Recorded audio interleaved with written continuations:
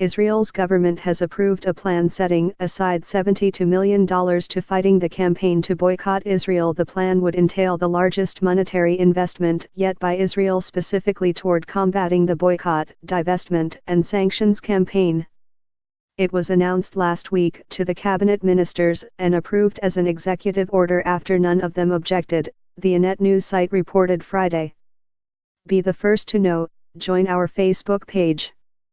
Function, D, S, ID, var JS, FJS equal D get elements tag name, S, 0, if, D get element bid, ID, return, JS equal D createlement, S, JS.id equal ID, JSSRC equal / connect facebook.net /n _ us / all JS number XFBML equal 1 and app ID equal 1634148068997. FJS parent node insert before, JS, FJS, document, script, Facebook JS SDK. It calls for setting up a not-for-profit organization whose board will be made up of government officials and donors from abroad, the report said.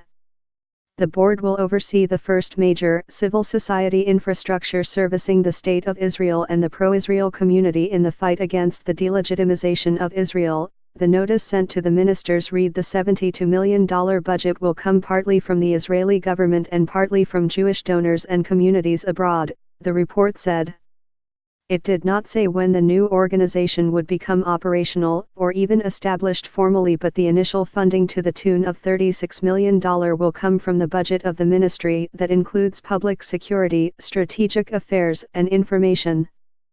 At least 10 Jewish philanthropists have pledged to at least match that sum, with some promising to give $2 and $3 to any dollar put in by the Israeli government beyond the initial funding. According to the report, the organization envisaged by its creators would operate on a regular basis to counter pressure applied to artists, performers, and commercial enterprises who seek to engage with Israel.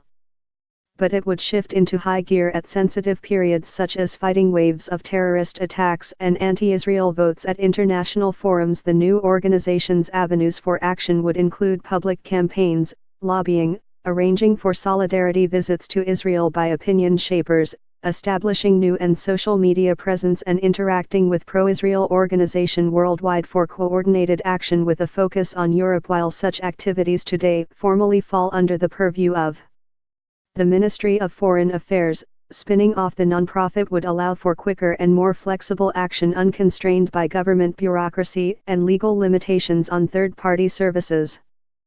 But the new organization will be subject to review by the state. Share on Facebook, share on Twitter tags, BDS Israel BDS nonprofit.